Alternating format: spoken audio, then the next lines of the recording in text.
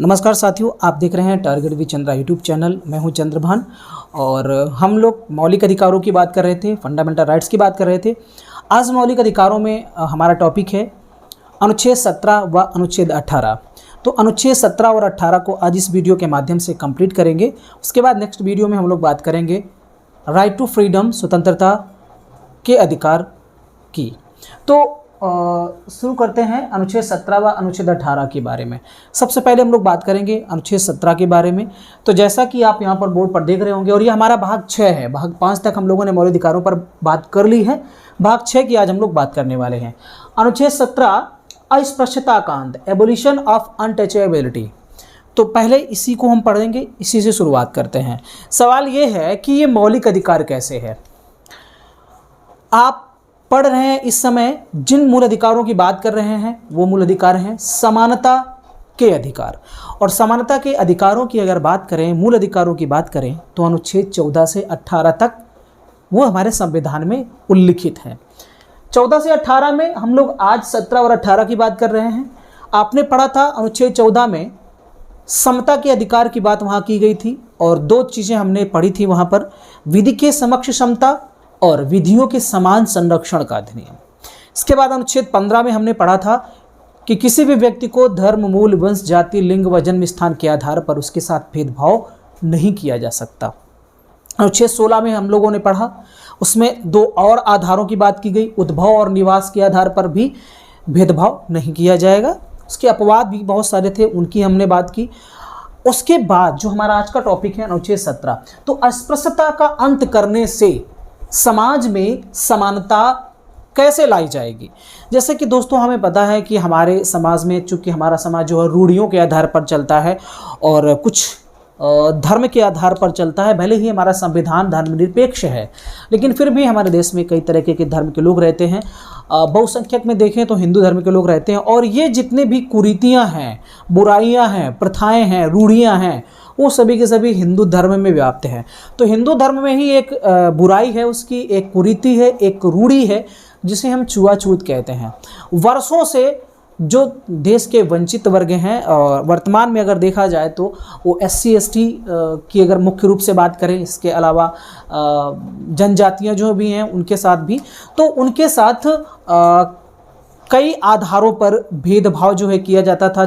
उनको छुआ नहीं जाता था, या तो उनका उस कुल में, निम्न कुल में जन्म हुआ उसकी वजह से, या उनका कार्य ऐसा था उसकी वजह से। तो ऐसे कई कारण थे जिसकी वजह से क्या हुआ कि उनको छूने से मना कर दिया गया। लोग उनको छूना पसंद नहीं करते थे, उनसे दूर भागते थे, उनके साथ इसी आधार पर शोषण भी किया जाता था। तो अब आप ये बताइए कि अनुच्छेद 14 से 16 तक हमने पढ़ा, अनुच्छेद 14 से 16 तक में हमने समानता की बात की, और अगर हम अनुच्छेद 17 को ना पढ़े, अगर हम अस्पृश्यता के अंत की बात ना करें, तो समाज में जो है कुछ क्षेत्रों पर समानता संभव नहीं होगी। तो ये जो असमानता है, छुआछूत की असमानता है, छुआछूत का जो व्यवहार किया जाता है, ये जो अनुच्छेद है वो मुख्य रूप से आचरण और व्यवहार की समानता की बात करता है। तो हर एक व्यक्ति एक दूसरे के साथ समान आचरण करे, समान व्यवहार करे, तब समाज में समानता को लाया जा सकता है। तो ये एक बुराई है, और अगर इसके लिए संविधान निर्माताओं ने काम नहीं किया होता, इसको निषिद्ध करने की बात नहीं की होती, संविधान में इसे रख करके इसके अंत की बात नहीं की होती, तो शायद ये जो है अपने रूप में, जो चरम रूप में थी, वो आज तक भी कम ना हो पाती। हालांकि ये एक मूल अधिकार जरूर है, लेकिन फिर भी कहीं कहीं छिटपुट जगहों पर आज भी जो है वो छुआछूत जैसे व्यवहार हमें देखने को मिल जाते हैं। तो सोचिए, अगर इसको मूल अधिकार नहीं बनाया गया होता, फंडामेंटल राइट्स नहीं बनाया गया होता, तो छुआछूत जो है उसका अंत बहुत ही मुश्किल होता, कभी शायद अंत ना होता। तो पहले तो कार्य के आधार पर लोगों के साथ व्यवहार किया जाता था, लेकिन बाद में उस कुल पे, उस जाति पे जन्म लेने से ही छुआछूत जैसा व्यवहार उनके साथ किया जाने लगा। तो ये अस्पृश्यता कांड, एबोलिशन इसी वजह से, ताकि समाज में जो है वो सभी लोग बराबर हैं, सभी के साथ समान व्यवहार किया जाए। और इसके लिए इसको एक आपराधिक कृत्य का दर्जा भी दिया गया है कि अगर किसी ऐसे नागरिक के साथ छुआछूत जैसा या इसके आधार पर किसी भी प्रकार का कोई व्यवहार किया जाता है तो एक आपराधिक कृत्य माना जाएगा, ये व्यवस्था भी है। तो छुआछूत के अंत किया गया है हमारे संविधान में, मूल अधिकारों में अनुच्छेद 17 में साफ साफ कहा गया है कि यहाँ अस्पृश्यता का अंत किया जाता है और इसके आधार पर किसी भी प्रकार का कोई भी गलत आचरण किसी नागरिक के साथ पूरी तरीके से निषिद्ध कर दिया गया है, खत्म कर दिया गया है।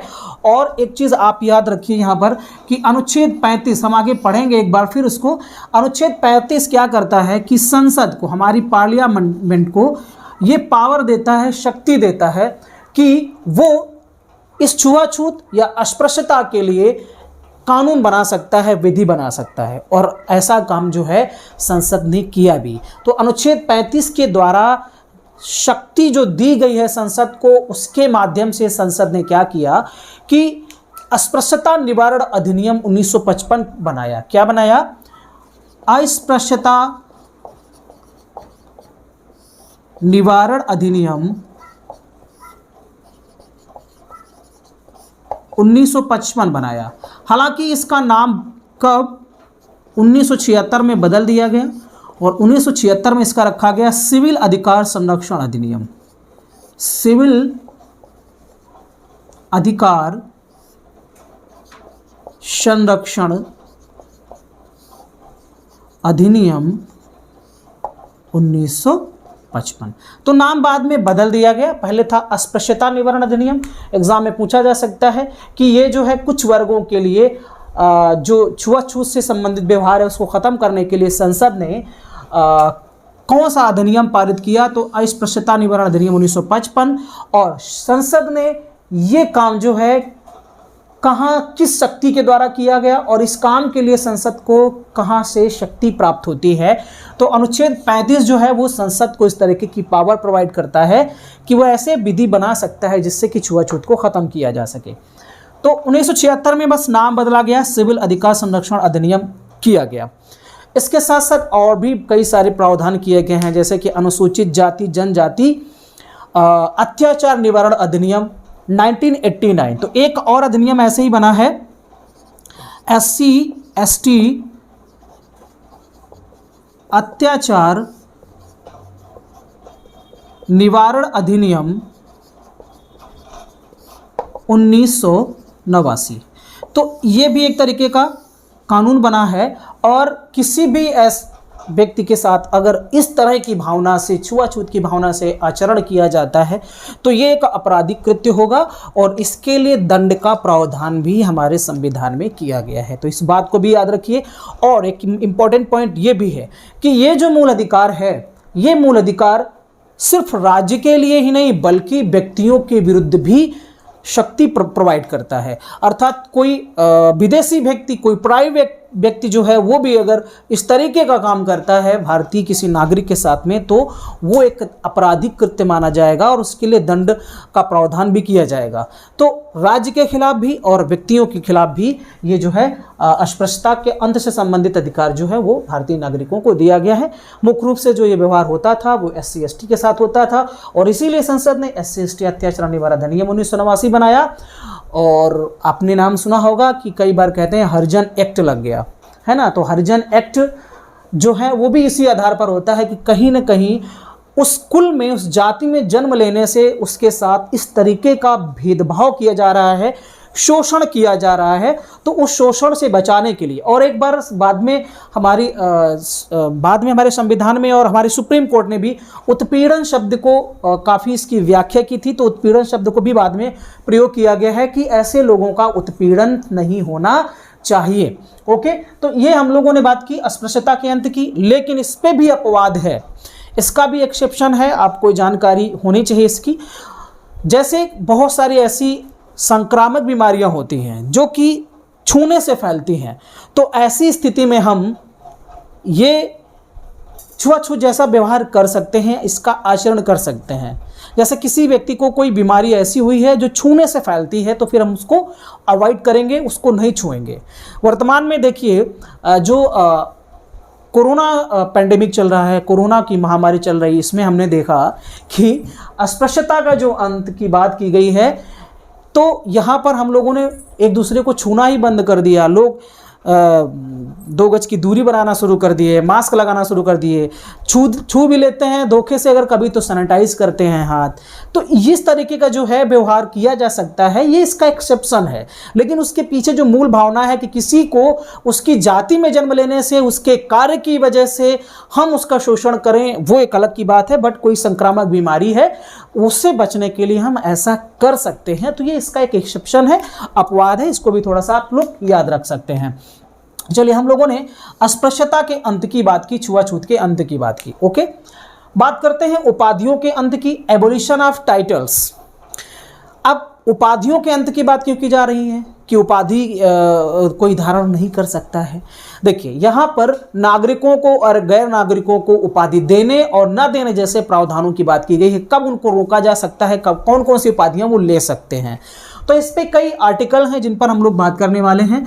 पहले आर्टिकल 18 के 1 की बात करते हैं, तो अनुच्छेद 18 में ये 18 का 1 है। इस 18 के 1 में साफ साफ कहा गया है कि राज्य सिर्फ क्या करेगा कि 2 चीजों को छोड़ करके, 2 उपाधियों को, 2 प्रकार की उपाधियों को छोड़ करके बाकी को वो एबोलिट कर सकता है, उसका अंत कर सकता है। तो वो क्षेत्र कौन से हैं? शिक्षा और सेना, इन दोनों को छोड़ करके बाकी कोई भी किसी भी प्रकार की उपाधि धारण नहीं कर सकता। जैसे हम लोग शिक्षा की बात करते हैं, डॉक्टरेट की उपाधि, तो ये डॉक्टरेट की उपाधि लोग लगा सकते हैं। सेना की बात करें, परमवीर चक्र, अशोक चक्र, कीर्ति चक्र, है ना, तो ये सारे जो हैं ये नाम के साथ जोड़े जा सकते हैं। इनके साथ किसी प्रकार का कोई भी छेड़छाड़ नहीं होगी। लेकिन शिक्षा और सेना के अलावा किसी भी प्रकार की कोई भी उपाधि भारतीय नागरिक धारण नहीं कर सकता है। दोस्तों, पुराने समय में जब राजतंत्र था हमारे देश में, राजाओं का शासन हुआ करता था, उस समय आप देखते हैं कि बहुत सारे राजा जो हैं वो क्या करते थे, कोई महाराज की उपाधि धारण कर रहा है, कोई महाराजा धीराज की उपाधि धारण कर रहा है, कोई सुल्तान, कोई बादशाह। तो इस तरीके की उपाधियां वो धारण किया करते थे और ये दिखाता था। और ये उपाधियां सारे आम सामान्य जन के लोग नहीं धारण कर सकते थे, आम व्यक्ति नहीं धारण कर सकते थे। कुछ विशेष राजा महाराजा जैसे लोग थे वही धारण कर सकते थे, छत्रपति। तो ये जो उपाधियां हैं उस समय थी, लेकिन इसका मतलब ये था कि वो कुछ विशेष लोग थे। लेकिन जब से हमारे देश में लोकतंत्र आया, राजतंत्र की जगह पर लोकतंत्र आया, तो लोकतंत्र का मतलब ये था कि देश में कोई भी व्यक्ति किसी से ऐसा ना लगे कि वो अलग है या ऊंचे पद पर है। भले ऊंचे पद पर हो, लेकिन ऐसी कोई उपाधि धारण नहीं कर सकता है। अगर ऐसी उपाधि कोई धारण करता है तो कहीं ना कहीं ये हमारे समानता के जो मूल अधिकार हैं लोगों के, उनका ये साफ साफ उल्लंघन है। इसी वजह से संविधान में ये व्यवस्था की गई कि 2 क्षेत्रों को छोड़ करके किसी भी क्षेत्र में कोई उपाधि धारण नहीं कर सकता है। ठीक है, तो 18 के 1 में ये बात लिखी गई है। अनुच्छेद 18 के 2 की बात करें तो 18 के 2 में क्या है? यहां तो राज्य के बारे में कहा गया कि आप सिर्फ इन दोनों पे दे सकते हैं, बट और कहीं पर नहीं दे सकते। यहां पर कहा गया है 18 के 2 में कहा गया है कि किसी भी नागरिक को, भारतीय व्यक्ति को किसी भी प्रकार की कोई उपाधि वो धारण नहीं कर पाएगा। कोई भी भारतीय जो है वो किसी भी प्रकार की उपाधि धारण नहीं कर सकता है। आगे बात करते हैं 18 के 3 की। 18 के 3 में कहा गया है कि कोई विदेशी व्यक्ति, अर्थात कोई भी गैर नागरिक, कोई विदेशी व्यक्ति जो भारत में किसी लाभ या विश्वास के पद पर है, तो वो विदेशी राज्य से बिना भारतीय राष्ट्रपति के अनुमति के किसी भी प्रकार की कोई पदवी धारण नहीं कर सकता।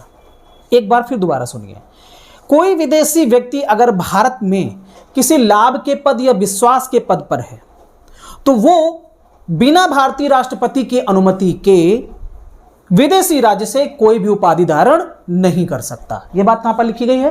18 के 3 में लिखी गई। इसका जस्ट उल्टा जो है वो 18 के 4 में है। 18 की 4 में क्या कहा गया है कि कोई भारतीय व्यक्ति जो किसी लाभ के पद या विश्वास के पद पर है वो किसी विदेशी राज्य से किसी भी प्रकार की कोई पदवी, कोई उपाधि धारण नहीं कर सकता है बिना राष्ट्रपति की अनुमति के। तो यहां क्या है, कोई विदेशी, और यहां क्या है, कोई भारतीय। और यहां 18(2) में क्या है, सिर्फ ये कहा गया है कि कोई भी भारतीय नागरिक किसी भी प्रकार की कोई पदवी धारण नहीं कर सकता। यहां कहा गया 18 के 1 में कि राज्य, शिक्षा और सेना के अलावा किसी भी प्रकार की कोई उपाधि प्रदान नहीं करेगा।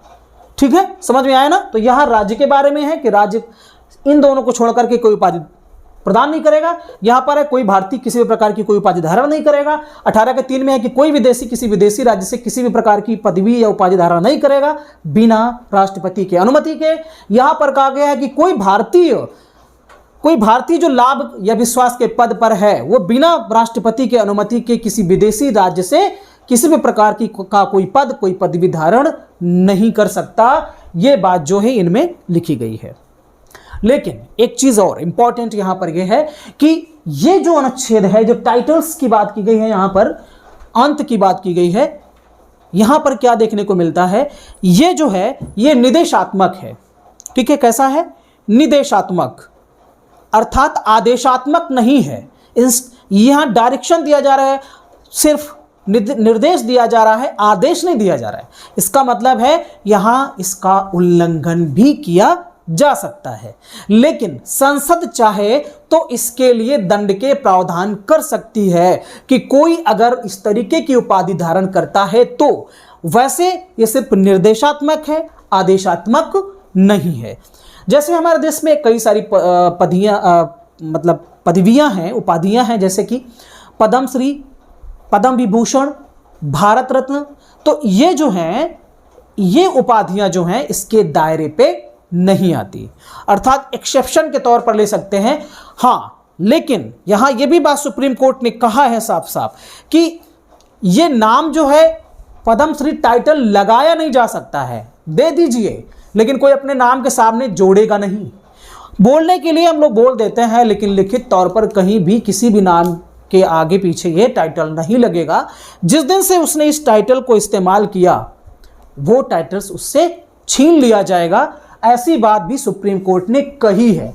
अब बहुत सारे प्रश्न आपके दिमाग में आ रहे होंगे कि अरे हम तो देखते हैं कि भारत रत्न फलाने फलाने, पद्मश्री ये है ना, तो बोलते हैं, कहते हैं, लेकिन ऐसा लिखित तौर पर कहीं पर भी नहीं कर सकते हैं। और इसके अलावा भी बहुत सारी बातें हैं कि हमारा संविधान तो बहुत कुछ कहता है, लेकिन धरातल में क्या है सभी को पता है। तो हम लोगों ने बात की अनुच्छेद 17 व अनुच्छेद 18 की।